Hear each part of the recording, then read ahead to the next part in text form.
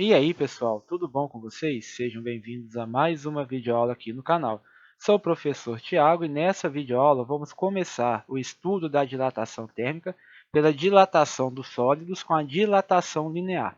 Então, muito bem, o que vem a ser o conceito de dilatação térmica? Então, vamos lá. De um modo geral, os corpos, ao serem aquecidos, têm suas dimensões aumentadas. A esse fenômeno damos o nome de dilatação térmica. Um caso a gente pode perceber na prática a dilatação térmica são os portões de ferro. Eles ficam muito mais difíceis de serem abertos ou fechados quando está muito quente do que quando está frio. Isso acontece por causa do aumento da temperatura, faz com que o portão se dilate. Então fique mais difícil você fechar ou abrir, né? Ele fica agarrando. Então esse agarramento aí do portão é devido à dilatação térmica. Mas o que é a dilatação térmica? Então, para compreendermos o aumento nas dimensões de um corpo quando aquecido, precisamos analisá-lo microscopicamente. A gente tem que estudar lá mais a fundo, lá fazer uma análise microscópica dos constituintes de um corpo. Então, a gente sabe que o aumento da temperatura está associado a um aumento da agitação das partículas que formam o corpo, né? A gente viu a temperatura e a agitação térmica das moléculas. Então, esse aumento da velocidade das partículas faz com que elas se desloquem ainda mais em torno de suas posições médias. Isso faz com que elas se afastem mais umas das outras e que aumente o espaço entre elas. E se o espaço entre as partículas do corpo aumenta, então o volume final do corpo também vai acabar aumentando. Então, se você aumenta a temperatura, o que acontece? As moléculas vão vibrar mais em torno de uma posição de equilíbrio e, consequentemente, vai aumentar essa posição entre elas, entre uma e outra, o espaço ocupado por elas, e vai aumentar o volume do corpo. Então, olha aí na figurinha. A gente tem aí as moléculas bonitinho. Então, quando você aquece ela através dessa chama, elas vão vibrar mais. Então, elas vão ocupar um espaço maior devido a essa vibração. Então, as dimensões do corpo serão aumentadas, né? Como a gente vive no mundo tridimensional, o comprimento, largura e altura vão sofrer alteração, então você vai ter uma alteração no volume do corpo. E já o caso inverso, que é chamado de contração térmica, acontece quando se diminui a temperatura de um corpo. Analogamente, isso causa diminuição da agitação das partículas e a consequente diminuição do volume do corpo. Um outro exemplo também de aplicação da dilatação térmica é quando a gente não consegue abrir algum pote de vidro que tem uma tampa de metal. O que a gente faz para facilitar a abertura da tampa? A gente pega essa tampa, coloca ela na água quente, deixa um tempo lá e a gente consegue abrir com mais facilidade. Por quê? Quando a gente coloca essa tampa na água quente, vai aumentar a temperatura da tampa, a tampa vai dilatar e possivelmente facilita a abertura do pote. Muito bem, então da dilatação a gente vai começar o estudo da dilatação dos sólidos, não é? Então, no estado sólido, os átomos ou as moléculas de um corpo estão dispostos regularmente e apresentam intensas forças de coesão entre eles. O movimento entre eles é bem pequeno, ocorrendo apenas vibração em torno das respectivas posições de equilíbrio.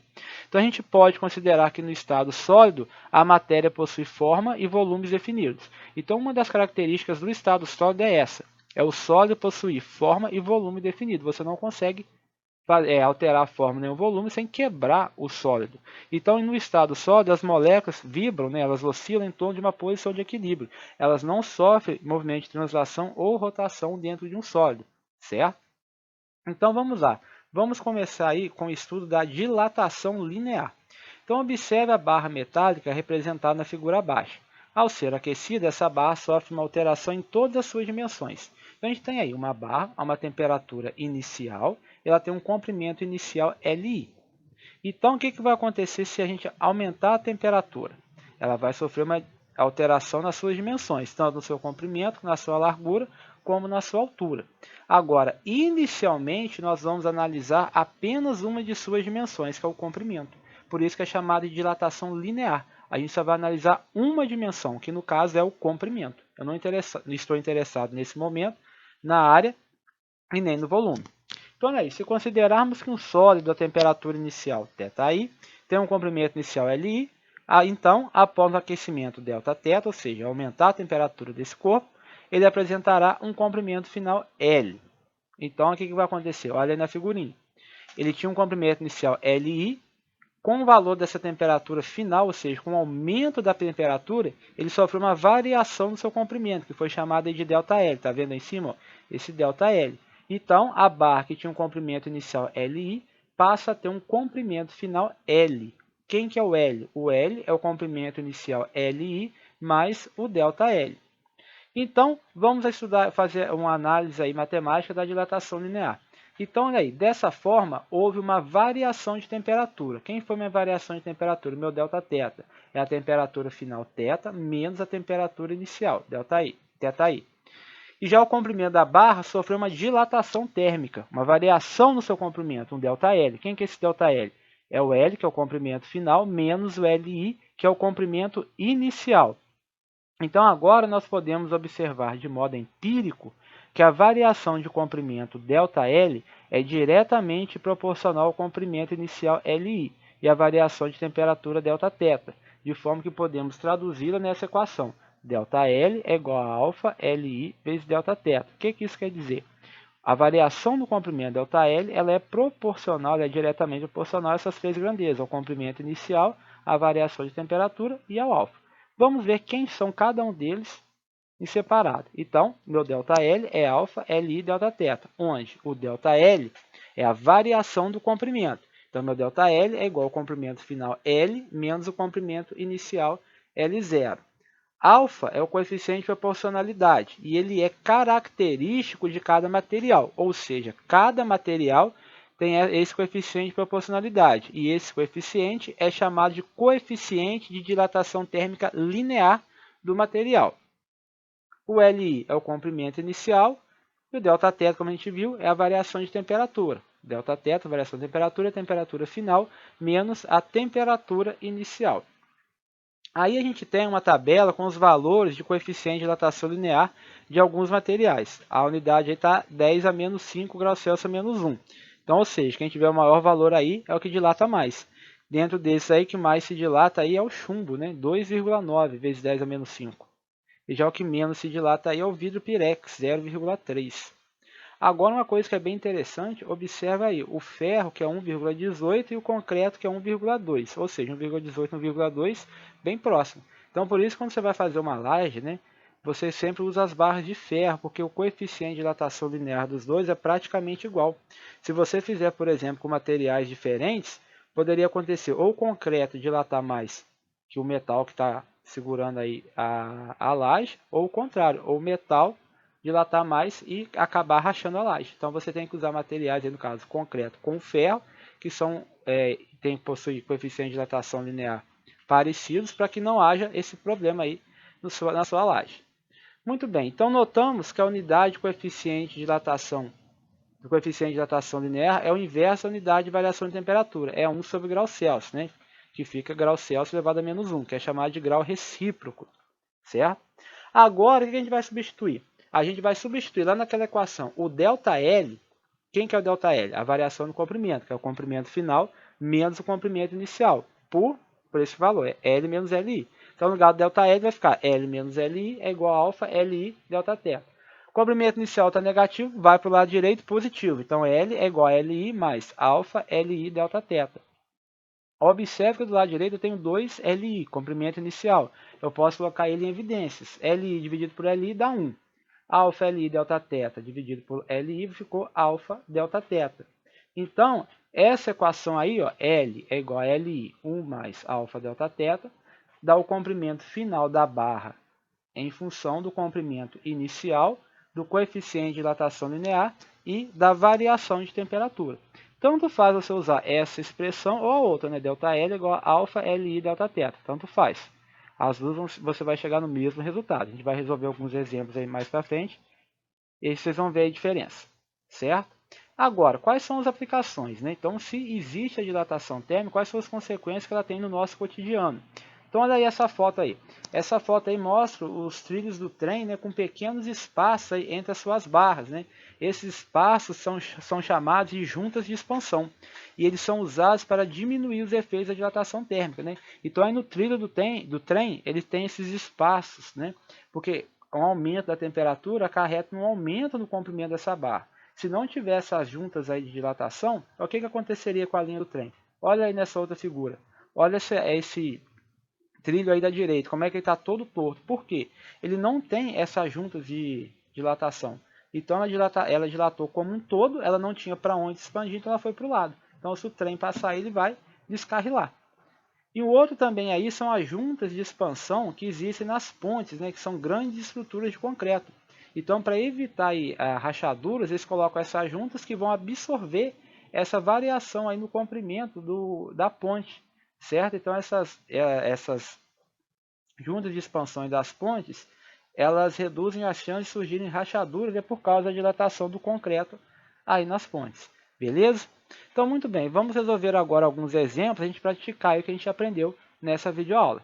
Exemplo 1. Uma barra de aço tem a 10 graus Celsius um comprimento de 5 metros. Se aquecermos essa barra até que sua temperatura seja 60 graus Celsius, calcule o novo comprimento da barra, sabendo que o coeficiente de dilatação linear do aço é 12 vezes 10 a menos 6 graus recíproco. Então, muito bem. Primeira coisa que a gente tem que fazer quando vai resolver um problema é colher os dados que ele nos deu para achar a resposta que ele nos fez. Então, muito bem. O que ele nos deu? Temperatura inicial, 10 graus Celsius. Temperatura final, 60 graus Celsius. Então, a variação de temperatura, que é a temperatura final menos inicial, 60 graus Celsius menos 10 graus Celsius, vai me dar 50 graus Celsius. O comprimento inicial, 5 metros. Coeficiente de dilatação linear, 12 vezes 10 a menos 6 graus Celsius a menos 1. Muito bem. Agora, vamos substituir esses valores aí na expressão. ΔL igual a alfa Li θ zero. Então, ΔL vai ser coeficiente de dilatação linear, 12 vezes 10 a menos 6 graus Celsius a menos 1, vezes comprimento inicial, 5 metros, variação de temperatura, 50 graus Celsius. Então, como é que eu vou fazer essa continha? Eu vou multiplicar todos os números e deixar minha potência de 10 por último. Então, vai ser 12 vezes 5 vezes 50 vezes 10 a menos 6. 12 vezes 5, 60. 60 vezes 50, 3.000. Então, ficou 3.000 vezes 10 a menos 6. Então, para eu matar essa potência de 10, a minha vírgula tem que voltar 6 casas para a esquerda. Então, como é que vai ficar? 3.000 vezes 10 a sexta vai ficar 0,0030 metros, certo? Então, o comprimento final será L é igual ao comprimento inicial mais a variação do comprimento. Então, portanto, comprimento inicial 5 metros, mais a variação que eu calculei, 0,0030. 5 mais 0,0030 vai dar 5,0030 metros. Essa aí vai ser o comprimento final da barra de aço. Se a gente usasse aquela expressão L é igual a Li, que multiplica 1 mais alfa delta θ, ele já me daria a resposta final, que seria 5,0030 metros. Tá? Seria a diferença de uma para outra. Exemplo 2. Uma régua metálica teve uma variação de comprimento de 1,16 mm ao passar de 20 graus Celsius para 98 graus Celsius. Calcule o comprimento inicial dessa régua. E foi dado aí o coeficiente de dilatação linear do metal, que é 24 vezes 10 a menos 6 graus Celsius recíprocos. Muito bem. Então, colhendo aí os dados que ele nos deu, variação no comprimento ΔL, 1,16 mm. Comprimento inicial, 20 graus Celsius.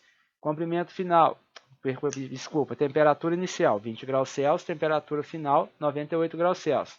Variação de temperatura, temperatura final 98, menos inicial 20. 98 menos 20, 78 graus Celsius. E o coeficiente de dilatação térmica linear, 24 vezes 10 a menos 6 graus Celsius recíprocos. Muito bem. A gente vai fazer a mesma coisa, a gente vai substituir lá na expressão. ΔL é igual a alfa Li delta θ. ΔL, 1,16 mm. Alfa, 24 vezes 10 a menos 6 graus Celsius menos 1. Li é o que eu quero saber.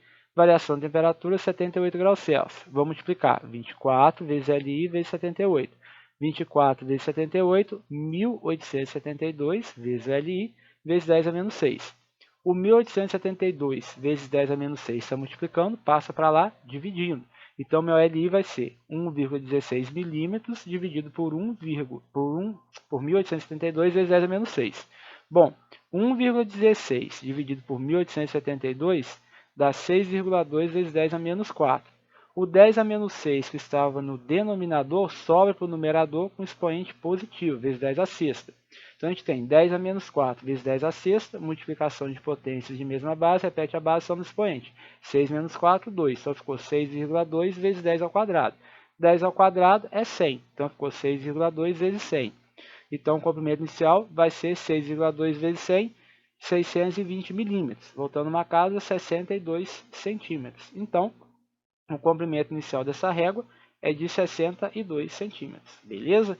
Muito bem, encerramos aqui mais uma videoaula. Peço a você que assistiu até o fim que dê o seu joinha no vídeo. Se não for inscrito no canal, se inscreva e até a próxima videoaula, pessoal. Abraço!